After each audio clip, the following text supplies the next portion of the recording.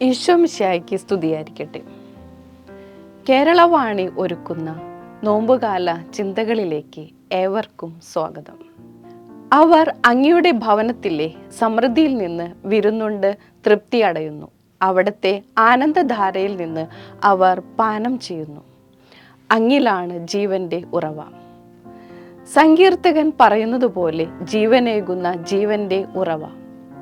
കുരിശെന്ന ബലിപീഠത്തിൽ ജീവൻ അർപ്പിച്ച ഈശോയുടെ പാർശ്വത്തിൽ പടയാളികളിൽ ഒരുവൻ കുന്തം കൊണ്ട് കുത്തിയപ്പോൾ അതിൽ നിന്നും പുറപ്പെട്ട തിരുരക്തമെന്ന ജീവന്റെ ഉറവ. എന്തായിരിക്കണം ഈശോ നമുക്കായി രക്തം ചിന്തി മരിച്ചത്? ലേവ്യരുടെ പുസ്തകം 17-ാം അധ്യായം 11-ാം വാക്യം. ശരീരത്തിൻ്റെ ജീവൻ രക്തത്തിലാണ് ഇരിക്കുന്നത്. അത് ബലിപീഠത്തിൽ ജീവനു വേണ്ടി പാപപരിഹാരം ചെയ്യാൻ ഞാൻ നൽകിയിരിക്കുന്നു. ജീവശാസ്ത്രത്തിൽ രക്തത്തെക്കുറിച്ച് പറയുന്നത് ജീവന്റെ നദി എന്നാണ്. കുരിശിൽ നിന്ന് ഒഴുകിയിറങ്ങിയ ജീവന്റെ ഉറവ ജീവന്റെ നദിക്ക് സമാനം. നമ്മുടെ പാപപരിഹാരത്തിനായി തന്നെ നൽകിയ ഈശോയ്ക്ക് അറിയാമായിരുന്നു ജീവൻ ഇരിക്കുന്ന രക്തം ചിന്തിയാൽ മാത്രമേ അതിന് പൂർണ്ണത ഉള്ളൂ എന്ന്. തിരുരക്തത്തെ ധ്യാനിക്കുമ്പോൾ ആകാശത്തോളം ഉയരവും പരപ്പും ആഴിയുടെ ആഴവും ഭൂമിയുടെ വിശാലതയും ഇതിനുണ്ട്. തിരുരക്തത്തെക്കുറിച്ചുള്ള പ്രധാനമായ ചില ചിന്തകളിലേക്ക്.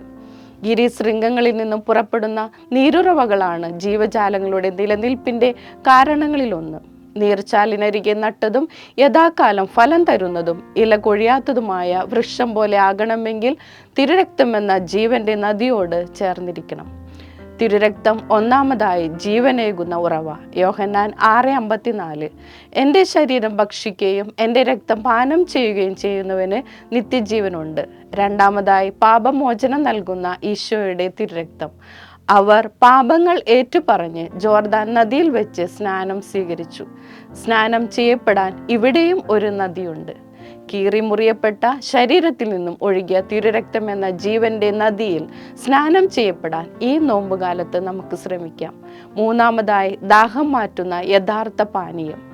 ദൈവം മോശയോട് പറഞ്ഞു, ഇതാ നിനക്ക് മുമ്പിൽ ഹോറോബിൽ പാറമേൽ ഞാൻ നിൽക്കും. നീ ആ പാറയിൽ അടിക്കണം. അപ്പോൾ അതിൽ നിന്നും ജനത്തിന് കുടിക്കാൻ വെള്ളം പുറപ്പെടും. യഥാർത്ഥത്തിൽ മോശ പാറമേൽ അടിച്ചപ്പോൾ അദൃശ്യനായി നിന്ന ദൈവം ആ അടി സ്വയം ഏറ്റുവാങ്ങി ഇസ്രായേൽ ജനത്തിന് കുടിക്കാൻ വെള്ളം പുറപ്പെടുവിച്ചു. പഴയ നിയമത്തിൽ അദൃശ്യനായ ദൈവവും പുതിയ നിയമത്തിൽ ദൃശ്യനായ ഈശോയും പിളർക്കപ്പെടുന്നു നമ്മുടെ ദാഹം അകറ്റാൻ. അടുത്തതായി തിരുരക്തം ഒരു സംരക്ഷണ നദിയാണ്. തോട്ടം നനയ്ക്കുവാൻ ഏദോനിൽ നിന്ന് ഒരു നദി പുറപ്പെട്ടു. ഏദൻ തോട്ടത്തെ ചുറ്റിയൊഴുകുന്ന ഈ നദി ഒരു സംരക്ഷണമാണ്. ദൈവവും മനുഷ്യനും മാത്രമായിരുന്നിടത്തേക്ക് ഒരു തിന്മയ്ക്കും പ്രവേശിക്കാൻ കഴിയാത്ത സംരക്ഷണ വലയം.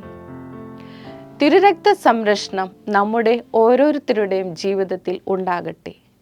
ഈശോയെ, അങ്ങയുടെ തിരുരക്തത്താൽ ഓരോ നിമിഷവും എന്നെ കഴുകി വിശുദ്ധീകരിക്കണമേ എന്ന മനോഹരവും ശക്തവുമായ പ്രാർത്ഥന നമ്മുടെ അധരങ്ങളിൽ ഉണ്ടാകട്ടെ.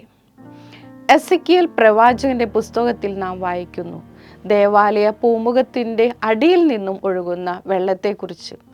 തിരുരക്തം, അതിൽ നിന്നൊഴുകുന്ന കൃപകളുടെ ഒഴുക്ക് അനന്തമാണ്. നീർച്ചാൽ തേടുന്ന മാൻപേട പോലെ ഈ ജീവന്റെ നദിയിലേക്ക് പ്രവേശിക്കാൻ ഈ നോമ്പുകാലം നമ്മെ സഹായിക്കട്ടെ.